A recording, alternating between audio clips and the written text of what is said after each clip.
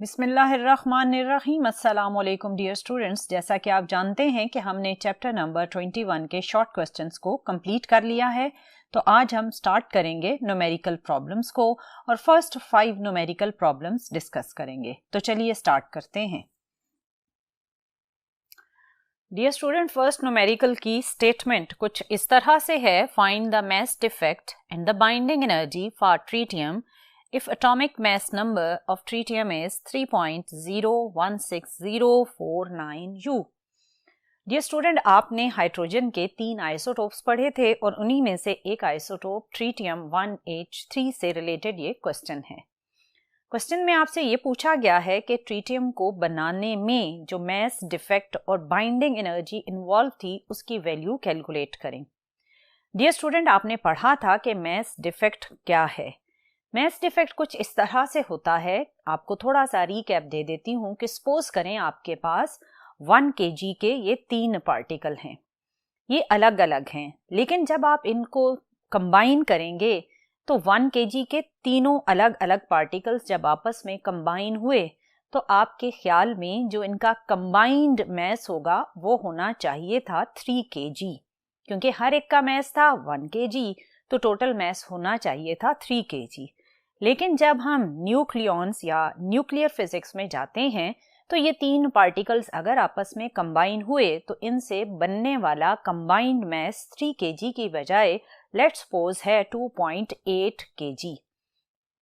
अब इस 2.8 kg में फर्दर 0.2 kg मिसिंग है। ये 0.2 kg कहलाता है मैस डिफेक्ट, क्योंकि न्यूक्लियॉन्स को जब आपस में आप कंबाइन करते हैं तो उनके ऊपर होता है चार्ज, पॉजिटिव या फिर वो न्यूट्रल होंगे। सो ट्रीटियम के केस में हमारे पास है 1 प्रोटॉन और 2 न्यूट्रॉन। इन तीनों पार्टिकल्स को जब आपस में आप फ्यूज करके ट्रीटियम बनाते हैं तो कंबाइंड पार्टिकल्स का जो ट्रीटियम बना उसका एटॉमिक मास आपको गिवन है 3.016049 U। और आपसे पूछा ये गया है कि अगर ये हैवी मैस बना है तो जिन पार्टिकल से ये अलग अलग बना था उनके टोटल मैस और इसके मैस में कितना डिफरेंस है, वो कहलाएगा मैस डिफेक्ट और उसकी वैल्यू आपने कैलकुलेट करनी है। तो आप ये इक्वेशन यूज करेंगे। इस इक्वेशन में Z है नंबर ऑफ प्रोटॉन और A माइनस Z है नंबर ऑफ न्यूट्रॉन्स और MP है मैस ऑफ प्रोटॉन, MN है मैस ऑफ न्यूट्रॉन और माइनस M जो आपने लिखा है that is the mass of tritium. इसको सॉल्व करेंगे तो you will get the mass defect in making tritium element. So dear student, आपके पास जो डाटा गिवन है उसमें जस्ट एक ही वैल्यू गिवन है, that is atomic mass number of tritium. इसकी वैल्यू आपको गिवन है 3.016049 U। आपने फाइंड क्या करना है? आपने फाइंड करना है मैस डिफेक्ट, जिसका अभी मैंने आपको फार्मूला बताया दैट इज डेल्टा M। या आपने फाइंड करना है और फिर आपने बाइंडिंग एनर्जी भी कैलकुलेट करना है।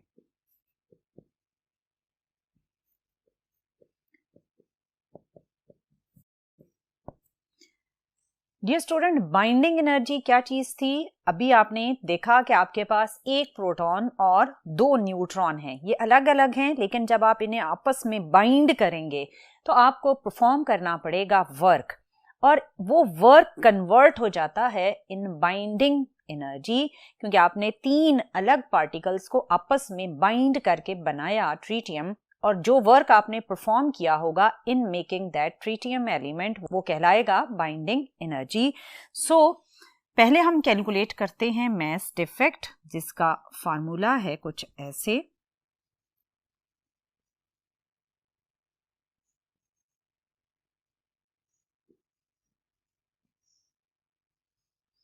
Minus M। यहां पर आपके पास MP है मैस ऑफ प्रोटॉन जिसकी वैल्यू है 1.007276 U और Mn है आपके पास mass of न्यूट्रॉन जिसकी वैल्यू है 1.008665 U और M आपको गिवन है दैट इज 3.016049 U। सो अब आप ये वाली वैल्यूज यहाँ पर पुट करेंगे और डेल्टा M को कैलकुलेट करेंगे। आपने देखा कि आपके पास जस्ट 1 प्रोटॉन था और साथ ही आप मास ऑफ प्रोटॉन की वैल्यू भी पुट कर देंगे। A है यहाँ पर 3 और Z again proton number that is 1 और मास ऑफ न्यूट्रॉन है 1.008665 U। इस सारे को ऐड करने के बाद इसमें से आपने माइनस करना है, सब्ट्रैक्ट करना है ट्रीटियम मास को दैट इज 3.016049 U। इसको जब आप सॉल्व करेंगे तो आपको मिलेगा मास डिफेक्ट जो कि है 0.00855 U। इसका मतलब है कि जो न्यूक्लियॉन्स 3 कंबाइन हुए उनके कंबाइन होने से जो ट्रीटियम बना इनमें जो मास डिफरेंस है वो है 0.00855 U। इस मास डिफेक्ट की वैल्यू को आप यूज करेंगे बाइंडिंग एनर्जी की इक्वेशन में और कैलकुलेट करेंगे बाइंडिंग एनर्जी कुछ इस तरह।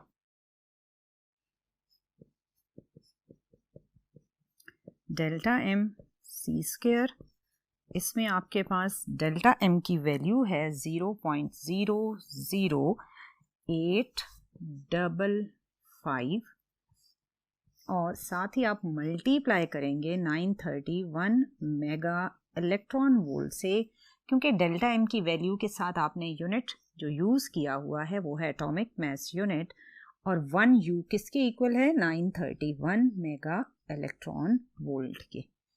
जब आप इनको मल्टीप्लाई करेंगे तो आपको मिलेगा बाइंडिंग एनर्जी का आंसर जो कि है 9.79 mega electron volt. So dear student, जब आपने ट्रीटियम को बनाया तो उस प्रोसेस में जो उसके 3 न्यूक्लियॉन्स थे उन्हें बाइंड करने के लिए जो एनर्जी कंज्यूम हुई that is 7.97 mega electron volt. अब चलते हैं और नेक्स्ट क्वेश्चन की स्टेटमेंट देखते हैं। डियर स्टूडेंट, आपका क्वेश्चन कुछ इस तरह से है, the half life of strontium is 9.70 hours, find its decay constant. इसमें आपने डिके कांस्टेंट की वैल्यू कैलकुलेट करनी है जबकि आपको रेडियो एक्टिव एलिमेंट की हाफ लाइफ गिवन है। सो आप जो इक्वेशन यूज करेंगे वो ये वाली है। इस इक्वेशन में आपको हाफ लाइफ की वैल्यू गिवन है, लेमडा कहलाता है डिके कांस्टेंट। सो सिंपली आप हाफ लाइफ को पहले सेकंड्स में कन्वर्ट कर लें, यहाँ पर वैल्यू को पुट करेंगे and you will get the value of decay constant lambda. So आपके पास जो डाटा है उसमें सिंपली आपने हाफ लाइफ, आपको रेडियो एक्टिव एलिमेंट की हाफ लाइफ गिवन है विच इज 9.70 आवर्स। इसे आप सेकंड्स में चेंज कर लें,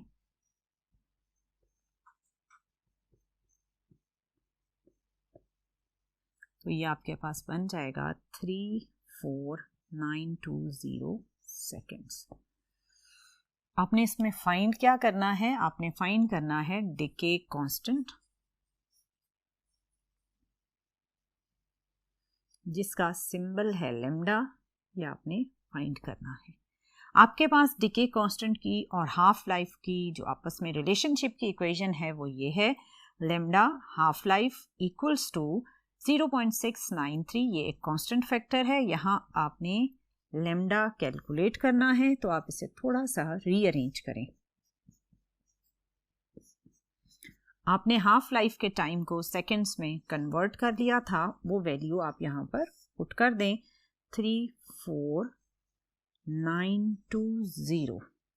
जब आप इसको डिवाइड करेंगे 0.693 को 34920 से, तो आपको आंसर मिलेगा 1.98 इंटू 10 टू पावर -5। क्योंकि ये डिनोमिनेटर में है सो यूनिट इसका बनेगा पर सेकेंड। सो डियर स्टूडेंट, ये तो था आपके पास सेकेंड न्यूमेरिकल, जो कि बहुत ही सिंपल था। अब चलते हैं और देखते हैं कि थर्ड न्यूमेरिकल की स्टेटमेंट क्या है। डियर स्टूडेंट, स्टेटमेंट कुछ इस तरह से है, the element protactinium is unstable and decays by beta emission with a half life 6.66 hours. इसमें आपको जो रेडियो एक्टिव एलिमेंट गिवन है उसमें बीटा डिके का बताया गया है और ये भी बताया गया है कि उसकी हाफ लाइफ है 6.66 आवर्स, यानी इतना टाइम गुजरने के बाद इसके जो नंबर ऑफ न्यूक्लियाई हैं वो हाफ हो जाते हैं। अगर 10 है तो 5 हो जाएंगे, 20 हैं तो 10 हो जाएंगे। State the nuclear reaction and the daughter nuclei. आपसे सिंपली ये कहा गया है कि अगर प्रोटेक्टिनियम में बीटा डिके होगा तो आप ये बताएं कि बीटा डिके से इसमें क्या चेंज आएगा और जो डॉटर एलिमेंट बनेगा वो कौन सा होगा। सो डियर स्टूडेंट, आपने जब बीटा डिके पढ़ा था तो आपने पढ़ा कि बीटा डिके में बेसिकली न्यूक्लियस में मौजूद न्यूट्रॉन कुछ इस तरह डिके होता है। इस इक्वेशन में आपके पास राइट हैंड साइड पर जो इलेक्ट्रॉन है वो कहलाता है बीटा पार्टिकल और ये बीटा पार्टिकल न्यूक्लियस से बाहर आ जाता है, जबकि जो दूसरा पार्टिकल राइट हैंड साइड पर है वो है पॉजिट्रॉन, या जिसे आप प्रोटॉन भी कह सकते हैं। ये न्यूक्लियस के अंदर ही रहता है। सो जब आपके पास बीटा डिके हुआ तो एक न्यूट्रॉन कम हुआ और एक प्रोटॉन बढ़ गया, तो ओवरऑल एटॉमिक मास नंबर में कोई भी चेंज नहीं आएगा, क्योंकि एक पार्टिकल अगर गायब हुआ है न्यूट्रॉन तो उसकी जगह किसने ले ली? प्रोटॉन ने। लेकिन क्योंकि प्रोटॉन का एक नंबर बढ़ जाता है तो चार्ज नंबर यानी number of protons overall increase हो जाते हैं। सो अगर आपके पास ये पेरेंट एलिमेंट है तो बीटा डिके होने के बाद इसमें जो चेंज आएगा, जो डॉटर न्यूक्लियाई बनेगा, उसमें जो Z है वो तो +1 होगा, लेकिन A which is atomic mass number, उसमें कोई भी चेंज नहीं आएगा। सो आपके पास डॉटर एलिमेंट में सिंपली प्रोटॉन 1 नंबर इंक्रीज्ड आएगा। सो इन इक्वेशंस को अगर हम प्रोटेक्टिनियम के लिए लिखेंगे तो हमारा कुछ इस तरह से सॉल्यूशन बनेगा। डेटा में आपको जस्ट क्या गिवन है कि आपके पास बीटा एमिशन है और दूसरा आपको हाफ लाइफ गिवन है 6.66 आवर्स। दो आपने इसको कहीं यूज नहीं करना क्योंकि उसने सिंपली आपसे कहा है कि स्टेट करें न्यूक्लियर रिएक्शन को और डॉटर न्यूक्लियाई को। तो आपने फाइंड क्या करना है? न्यूक्लियर रिएक्शन आपने वो लिखनी है और सेकेंडली उसने आपसे कहा कि डॉटर न्यूक्लियाई बताएं।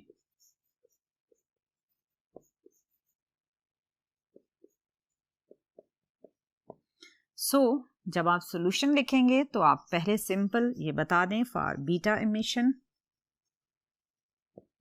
जो जर्नलाइज्ड इक्वेशन है ये आपका अगर पेरेंट एलिमेंट है और ये एक बीटा डिके के प्रोसेस से एक डॉटर न्यूक्लियाई बनाता है, तो अभी मैंने आपको बताया कि चार्ज नंबर या प्रोटॉन 1 टाइम इंक्रीज हो जाएगा but there is no change in atomic mass number, plus क्या हो जाएगा? Beta particle. सो अभी आपके पास जो पेरेंट एलिमेंट है वो है A, जिसका चार्ज नंबर है 91 और एटॉमिक मास नंबर है 234। जब इसमें बीटा डिके होगा तो ये 91 1 टाइम जब इंक्रीज होगा तो ये बनेगा 92, इसमें कोई भी चेंज नहीं आएगा, इट विल बी 234 और ये है आपका यूरेनियम। सो इसमें आपके पास जो रिएक्शन है वो तो ये है कंप्लीट, जिसमें आपने इसका आंसर ये है न्यूक्लियर रिएक्शन, फिर आपने डॉटर न्यूक्लियाई बताना है तो ये है आपका डॉटर न्यूक्लियाई।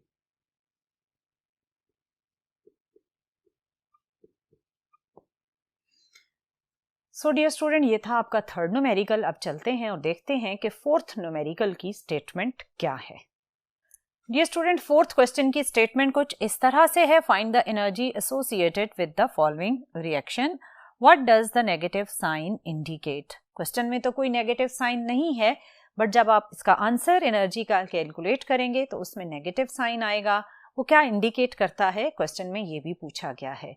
और आपको एक इक्वेशन दी गई है जिसमें आपके पास लेफ्ट हैंड साइड पर पेरेंट एलिमेंट हैं और वो है नाइट्रोजन और हीलियम। जब ये आपस में कंबाइन हुए तो दो डॉटर जो एलिमेंट बने उनमें से एक है ऑक्सीजन और दूसरा है हाइड्रोजन। इस इक्वेशन में आपसे एनर्जी जो है उसकी वैल्यू कैलकुलेट करने को कहा गया है। सो अगेन आप इसमें पहले मैस डिफेक्ट ही कैलकुलेट करेंगे और मैस डिफेक्ट से फिर आप बाइंडिंग एनर्जी की वैल्यू कैलकुलेट करेंगे। इसमें आपके पास जो डाटा है वो सिंपली एक इक्वेशन ही है जो आप डाटा में लिखेंगे, दैट इज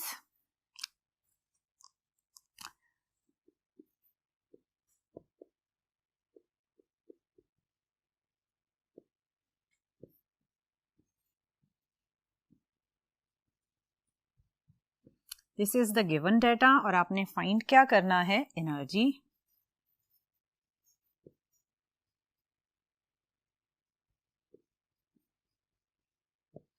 जब आपने इसमें सॉल्यूशन करना है तो ऑब्वियसली पहले आप डेल्टा एम कैलकुलेट करेंगे और उससे आप फिर फाइंड करेंगे एनर्जी की वैल्यू। इसमें आपके पास ये दो पेरेंट एलिमेंट हैं, तो पहले आप mass of nitrogen 714 plus mass of helium 24 इनको ऐड करेंगे और इसमें से सब्ट्रैक्ट करेंगे डॉटर एलिमेंट के मैसेस को। Mass of oxygen 817 plus mass of hydrogen. अब यहाँ जो मुश्किल चीज़ है वो यही है कि आपने याद रखने हैं इन सारे एलिमेंट के मैसेस को in atomic mass unit. So mass of nitrogen की वैल्यू है 14.0031 U प्लस आपने मैस ऑफ हीलियम 24 पुट करना है विच इज 4.00264 U, ये माइनस अब आपने मैस ऑफ ऑक्सीजन पुट करना है दैट इज 16.9991 U प्लस आपने यहाँ पर हाइड्रोजन का मैस पुट करना है जिसकी वैल्यू है 1.0073 U। जब आप इनको ऐड करेंगे तो आपके पास वैल्यू आएगी 18.0057 U माइनस अब आप इन वैल्यूज को ऐड करेंगे तो यू विल गेट 18.0069 U। जब आप इनको सब्ट्रैक्ट करेंगे तो यू विल गेट 0.0012 U। आपके पास डेल्टा M की वैल्यू जब कैलकुलेट की गई तो यहाँ पर क्योंकि ये फर्स्ट फैक्टर स्मॉलर फैक्टर है, ये ग्रेटर फैक्टर है, सो जब आप सब्ट्रैक्ट करेंगे तो साथ एक नेगेटिव साइन आएगा। अब आप कैलकुलेट करेंगे एनर्जी। एनर्जी की इक्वेशन है delta M 931 mega electron volt. क्योंकि अगर आपने एटॉमिक मास यूनिट में डेल्टा एम की वैल्यू कैलकुलेट की हुई है तो आप डायरेक्टली ये इक्वेशन यूज कर सकते हैं इंस्टेड ऑफ mc स्क्वायर। अब यहाँ पर आपके पास डेल्टा एम जो आपने कैलकुलेट किया था वो आप पुट कर दें और u की ही रिप्लेसमेंट है 931 मेगा इलेक्ट्रॉन वोल्ट। सो जब आप इसको मल्टीप्लाई करेंगे तो आपके पास एनर्जी की जो वैल्यू आएगी वो आएगी -1.12 मेगा इलेक्ट्रॉन वोल्ट। अब आपके पास जो एनर्जी है वो नेगेटिव के साथ आई है, तो इसका मतलब ये है कि इस इक्वेशन को स्टार्ट करने के लिए आपको एनर्जी की रिक्वायरमेंट है और इस इक्वेशन को इनिशिएट करने के लिए आपको 1.12 mega electron volt energy required है। इसलिए इस एनर्जी की वैल्यू नेगेटिव में आई है because that much energy is required to start this reaction. That's why there is a negative sign.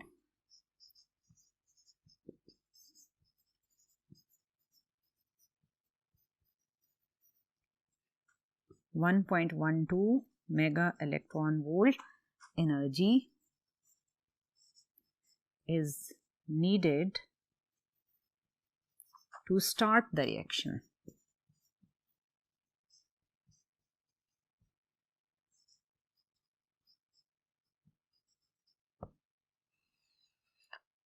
वैसे तो ये डियर स्टूडेंट न्यूमेरिकल सिंपल है, लेकिन इसमें आपको समटाइम्स मैसेज की वैल्यूज क्वेश्चन में गिवन नहीं होती। आप कोशिश करें कि आप इन वैल्यूज को ज़बानी याद कर लें ताकि आपको न्यूमेरिकल सॉल्व करने में कोई प्रॉब्लम ना हो। अब चलते हैं और फिफ्थ क्वेश्चन की स्टेटमेंट देखते हैं।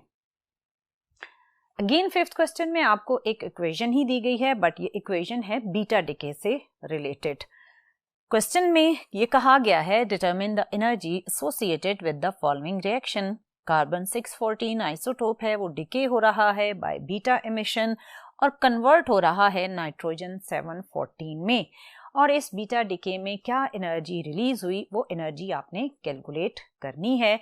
अगेन इसमें भी आप पहले delta M which is mass defect उसकी वैल्यू कैलकुलेट करेंगे और फिर बाइंडिंग एनर्जी की इक्वेशन से आप एनर्जी की वैल्यू फाइंड आउट कर सकेंगे। इसमें भी आपके पास क्योंकि एक इक्वेशन गिवन है, डेटा में आपके पास सिंपली इक्वेशन ही रिपीट हो जाएगी क्योंकि और आपको कोई वैल्यू गिवन नहीं है। आपने फाइंड क्या करना है, energy which is delta E, और आपने जब इसको सॉल्व करना है अगेन आप फाइंड आउट करेंगे डेल्टा एम।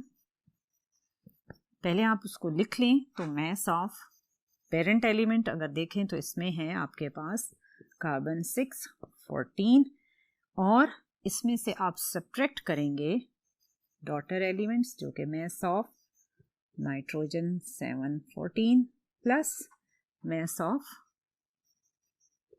इलेक्ट्रॉन है।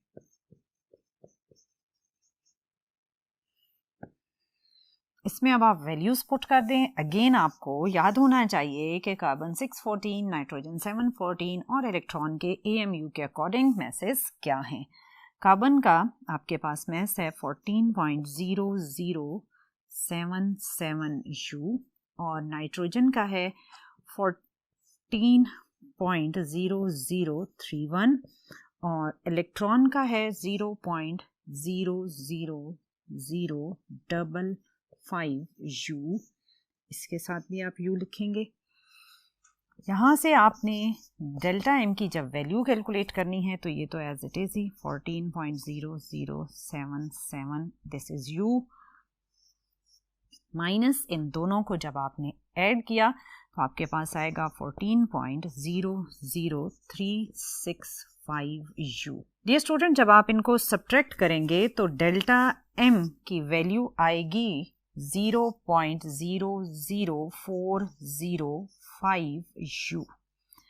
इन दोनों के सब्ट्रैक्ट करने से डेल्टा एम ये हुआ। तो अब आप कैलकुलेट कर सकते हैं एनर्जी, और एनर्जी की अगेन अगर आपने डेल्टा एम की वैल्यू एटॉमिक मास यूनिट में कैलकुलेट की हुई है तो आप simply delta M into 931 mega electron volt equation use करेंगे क्योंकि 1 U आपने फाइंड किया था कि ये 931 मेगा इलेक्ट्रॉन वोल्ट के इक्वल होता है।